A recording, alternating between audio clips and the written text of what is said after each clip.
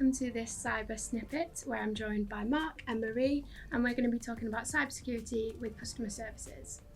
So guys, what has been your experience with cybersecurity so far with customers? From my perspective, we're dealing with all sorts of different levels. We're going into some customers who are completely at the start of it. They don't really know much about their own system, what they've got or anything. And we come with others who've sort of made a few sort of starts, but they want our help really, just to sort of see how they can carry it on, you know. What about yourself, Marie? I think a lot of our customers are now starting to see that cybersecurity is really important, both from a legislation point of view, but also just as good practice. A lot of our customers also are trying to work out where they need to be and also don't really know where they are at the moment. So mapping out where they currently are to where they want to be and what that journey looks like for them is something that I'm really enjoying doing at the moment. And I think we're doing a lot of it as cyber is starting to become more and more essential. I think that's a really good point. Cybersecurity definitely doesn't look the same to all our customers, and you raise a really good point about where to start. Yeah. Where would you suggest a customer goes with cybersecurity? It's always a difficult place to know where to start because all our customers are at a different part on their journey, and obviously with them all having different goals, some of them are further along, some are a lot newer on the journey, and so it is exactly that, it is a journey.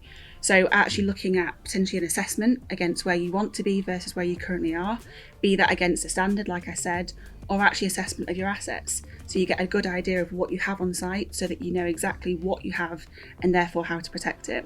A really key part about that is that you don't know what you don't know. And so doing some kind of assessment gives you a really good level playing field and gives you something to build on to improve that cyber resilience and actually improve your entire security posture as a business. How much have you experienced this on site, Mark? What about when you've been doing assessments? I know that that's a lot of your day job too. Yeah, I mean, first thing is like trying to work out with the help of Marie to like work out what's the most appropriate sort of assessment. Because when we say security assessment, there are different approaches. Some are quite hands-on, some are just like questions, some are compliance-based, some are risk-based. We can do various ones, you know, but one of the first things is once we've, like as you said, found like what they've actually got in terms of all the different manufacturers, because we start like, we always walk the plant with them to get a familiarization, gives us a good context of what they've actually got. So when we're sitting asking them questions, and their responses make more sense because we can put the context around it of what they've got. So we sort of like, you know, we sometimes ask them what's the relevance of systems around your plant in terms of interoperability, interdependencies, and do we assess the whole plant or do we just focus on, say, production line 1, production line 5? Those things might be completely independent of each other. But if they're linked together, we tend to assess the things that are all like linked and communicating with each other. So. And what kind of person are you talking to? Who are you talking to on site? And who are the important stakeholders when it comes to an assessment?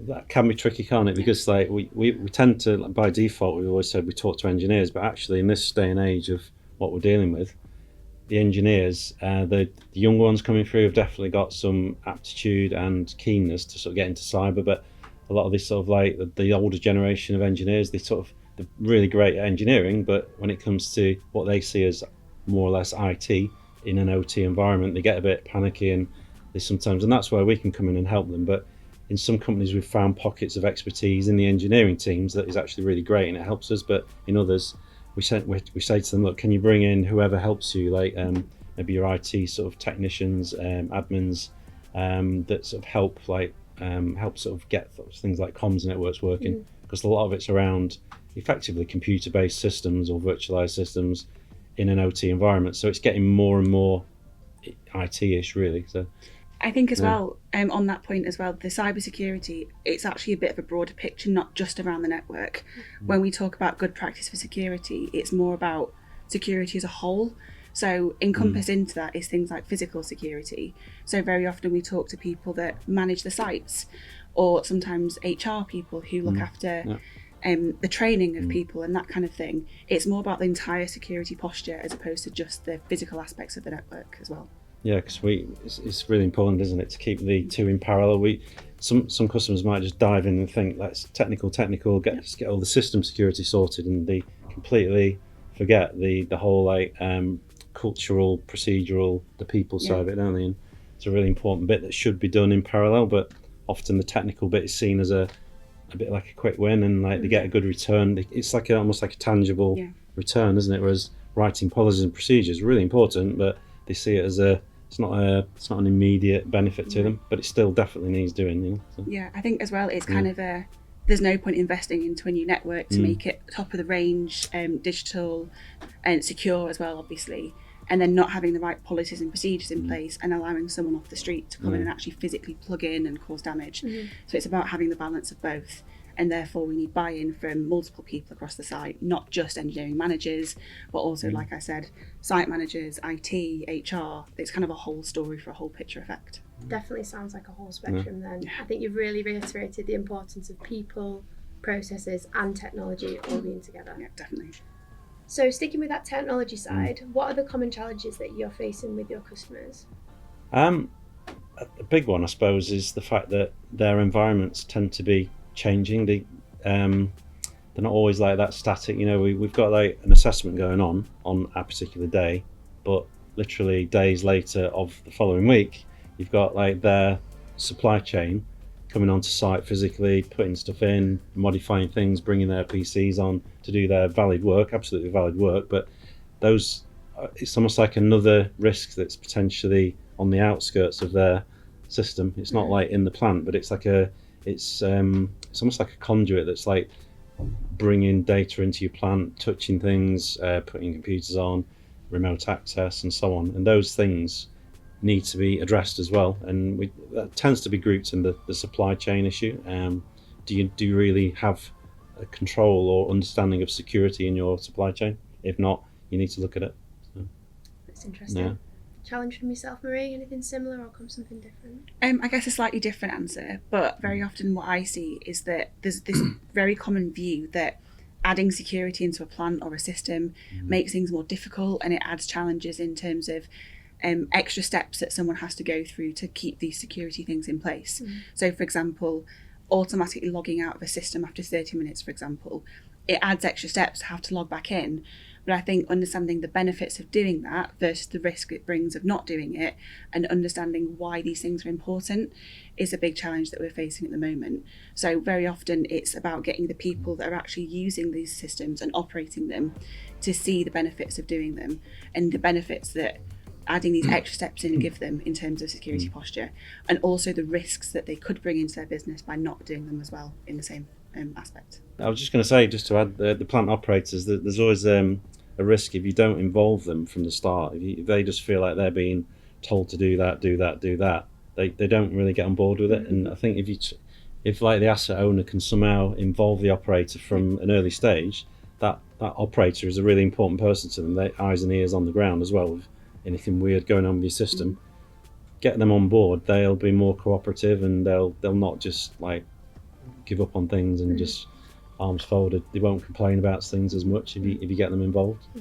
Yeah. I think a lot of it is a lack of awareness as well. They're not doing it maliciously or anything like that. They just don't always understand the actual risks that they're bringing in by doing that. So something that I've seen before is the HMI USB socket being used to charge a mobile phone, which it's convenient, but actually you're adding essentially a computer with its own network onto your system by doing that, and understanding the risk of doing that, and as then also why not to do that, those kinds of things, and the understanding and the awareness piece around it, I guess, is something that I think is a challenge at the moment.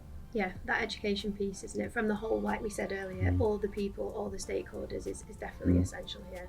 And it's a challenge that we do face. You definitely mentioned some challenges that I've heard and not heard before. I've not heard the HMI one, which is really interesting to know that that's happening on site.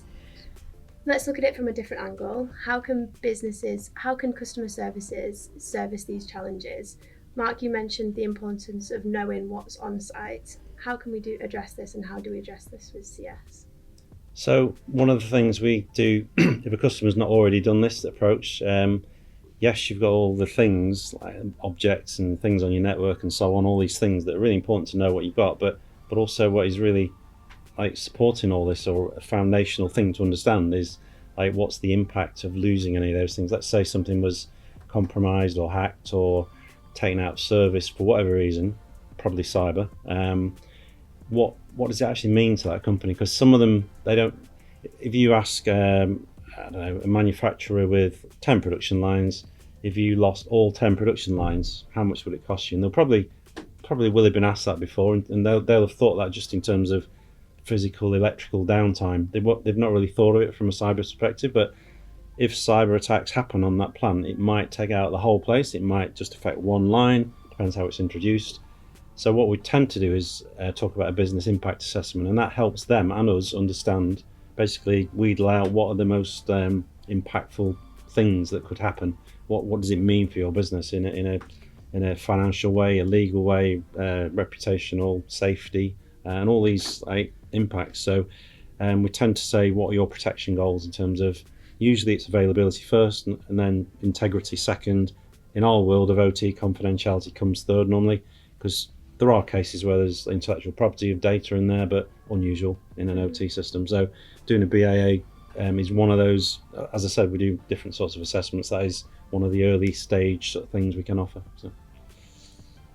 Yeah, I think doing a BIA, business impact assessment, is actually really important, because cybersecurity, very often it can be expensive applying all these things. By doing a business impact assessment, you can actually tailor your cybersecurity solution to your factory, to your site, so it's specific for your needs. So maybe if you've got, like Mark said, you've got 10 lines, if one of them is more critical than the rest, or more vulnerable perhaps, you can tailor and maybe adapt more cybersecurity around that. Focusing on it, exactly. So that if there's a bigger impact by losing that one, you add more around that one to protect it more, in essence. And you can actually tailor and make sure you're getting the most benefit on the sites or the parts of your site that are more vulnerable. Maybe they've got older legacy kit that you can't replace, or maybe you said you need 24/7 availability on them. Whatever it might be, we can use these assessments to tailor and pick and choose the right parts of security concepts and fit them in the right place, while making it tailor-made for the customer, and also so they get the biggest return on their investment. If there's something that they're not getting as much use from, then maybe we don't need to invest as much into protecting it. We can instead target that investment on what is more critical and what they are going to need more from. One thing that's definitely come out of that is cybersecurity is not a one-fit-all, is it? Absolutely not. It's not one size fits everyone. It is quite tailored, and we have to make sure we're choosing the right parts of security concepts for the right customer to make sure that not only are they secure, but also their sites are still usable. We don't want to go to the point where we're locking things down so much that no data is flowing and the site isn't usable, because that's just complete waste and you're not getting anything out of it. Instead, we can pick and choose the right things, apply the right processes, apply the right technology, so we keep it secure while also keep it functional and usable as well. A business impact assessment definitely sounds like a bespoke way to tailor your cybersecurity offering, as it sounds like it's just going to vary so much in industry, as we all know. Finally, I want to finish off with one key message from you that you wanted to give our customers to take away from this video. From myself, I'd say, considering you're in it for the long haul, it's not a quick fix. Pick something from the start that you can keep referring back to. So in other words, a standard. That means you can basically follow it through, see where you are today, assess it again when you've made some improvements, because things will change, you can guarantee it, and just keep an eye on what's coming up behind you. That's the whole point of it, because every time you're putting in some good security fix or mitigation, there's a new technique being developed by a hacker to overcome that or something. So it's always worth keeping an eye on what's going on behind you, I'd say, in terms of new things approaching, in terms of techniques and tools and so on. But yeah, to me, an absolute foundation is something that is not changing. So referring back to the standard again, so saying you can recheck that same standard and benchmark your system against that and see how you're doing. And that means you can track progress in the long term. What about yourself, Marie? I'd say that try not to be too overwhelmed. There's a lot that's changing recently. There's a lot out there in terms of legislation and changes, and it can be a bit overwhelming. But actually, there are some really key and simple things that you can do that can make a really big impact. And also starting to look at it now is really important as well, because it's so much easier to be proactive rather than reactive. Thanks for your time, Mark and Marie. It's been really interesting. So cool to hear about cybersecurity and your experiences in your roles. I think our key takeaways is that we've got to have a proactive approach and a foundational approach. And it's really interesting to hear what we can do with the assessments to tailor that to our customers' specific needs.